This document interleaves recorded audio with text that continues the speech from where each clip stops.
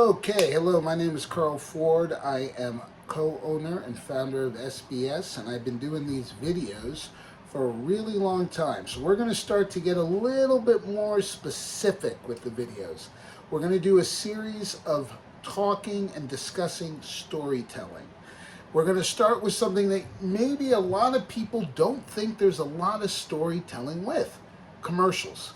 Now, I got to tell you, there are a lot of actors working their butts off on commercials. Geico, the caveman guy, Doug, Liberty Mutual, Jamie from Progressive. They are really creating characters. They were given, and of course the Wendy's group. All those Wendy's actors are doing great.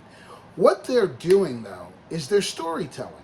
What you guys want to remind yourself of is no matter what, the nature of being an actor is at first and foremost to tell a story.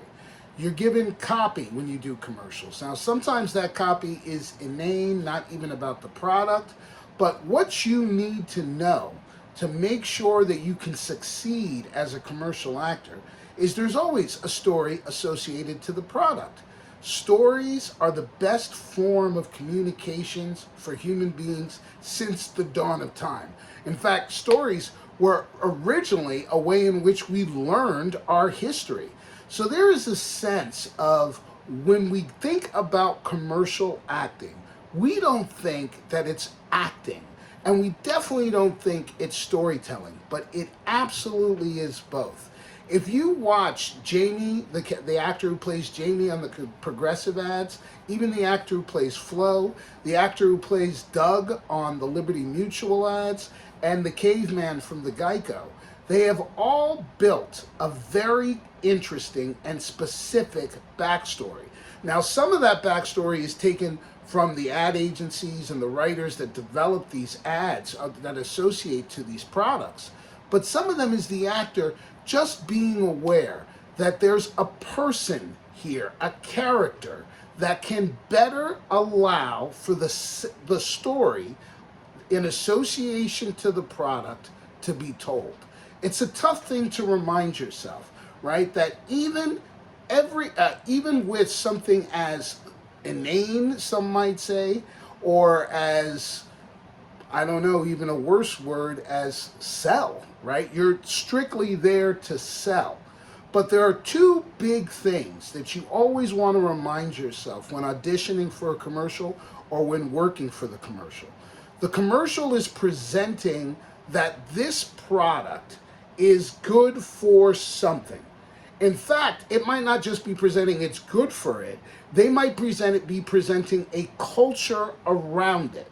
So if we take an example of the Geico caveman, who I think is a terrific actor, when they brought him back into Geico's new commercials, and I watch a lot of sports, so I know a lot of you people don't watch TV anymore, but if you watch sports, you want to watch some of these ads. The Geico caveman has been haunted by one simple phrase: it's so easy, a caveman can do it. Now that phrase, it originally broke the fourth wall for the actor. And the fourth wall is this imaginary wall between you and the camera. But what the actor chose to do was to recognize that that is part of an internal conflict for this character. He is on these ads and he has to constantly hear Geico say, it's so easy, a caveman can do it.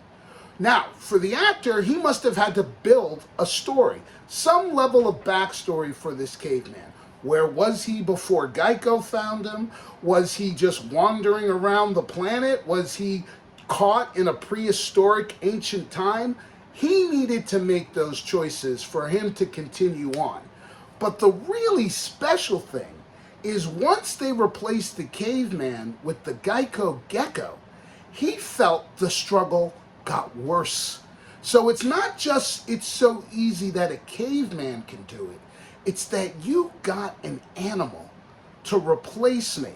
So if you look at these new current ads, what he's owning is the pain of the gecko itself. The nature that the gecko has replaced him, that he is now under Geico's, I would say, oppressive thumb. And because this gecko has taken over my spot, I'm supposed to be grateful and thankful to Geico? No, no, no, no, no. What's also wonderful is because of the writers and the ad agencies, they developed a whole thing, whole life for this caveman. He's now married, he has friends, he's in connection to this world in a way that we hadn't seen him when he was originally just the spokesperson. But now, because of the commitment to the pain and the struggle this actor gave with "It's so easy, a caveman can do it," and the feeling of being sublimated and oppressed, he now has that on level 10 just with the Geico Gecko. So there's a really wonderful thing in terms of taking the slogan, understanding that the slogan is working as conflict on the character, knowing that the character has a backstory and a relationship with the company that is oppressive to him. And because of that, these ads are so funny, right? It's the same with Jamie for Progressive.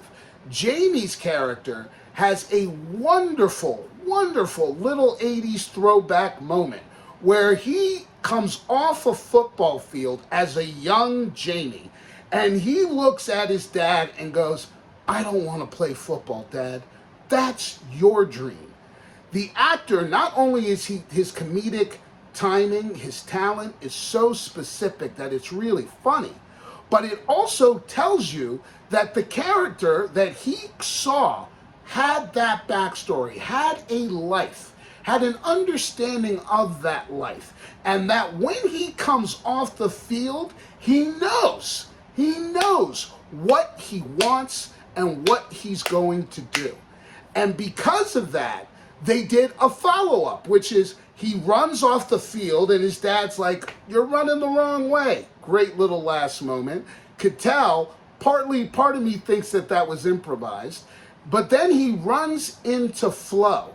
And Flo is waiting for him. Very 80s type of moment, right? The guy runs off the football field. He doesn't want to play for them anymore. Very dazed and confused. All the right moves. Tons and tons of moments. High school football moments like that. And he runs into Flo, and Flo goes, "What? You're here? You didn't have to quit the game."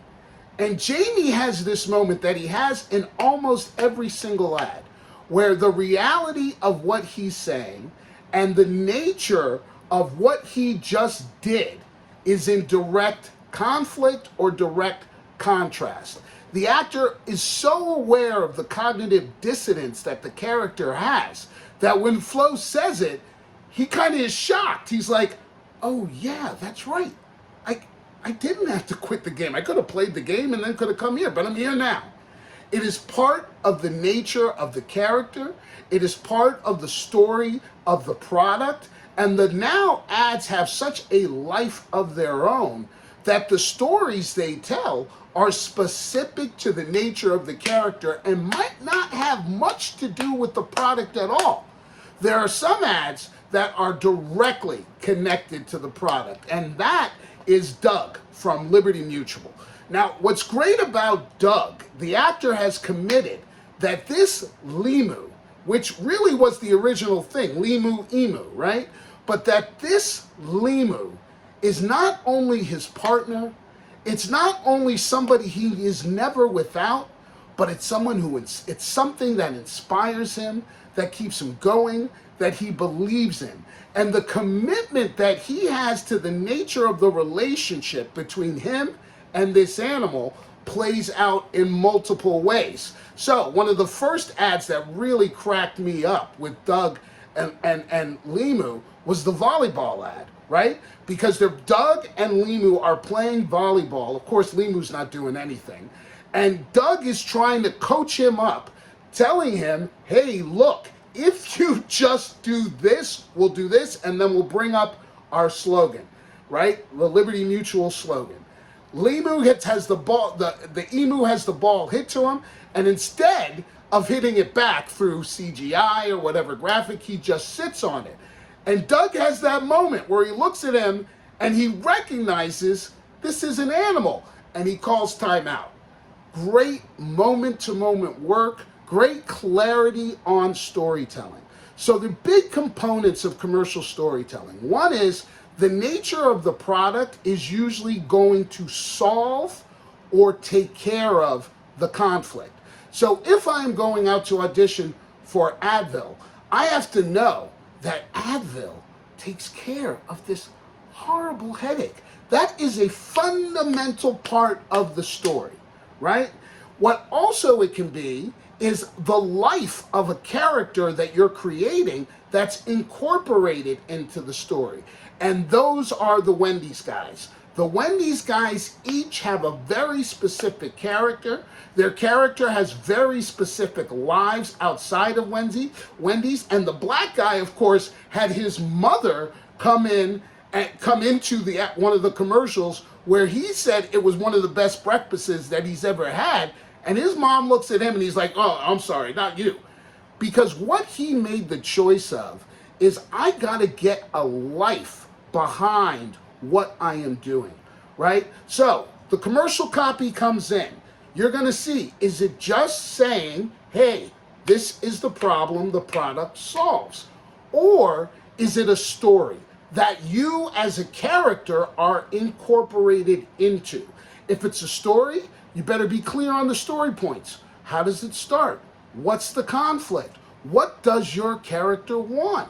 What is the intention as you move through the moment-to-moment life of the story?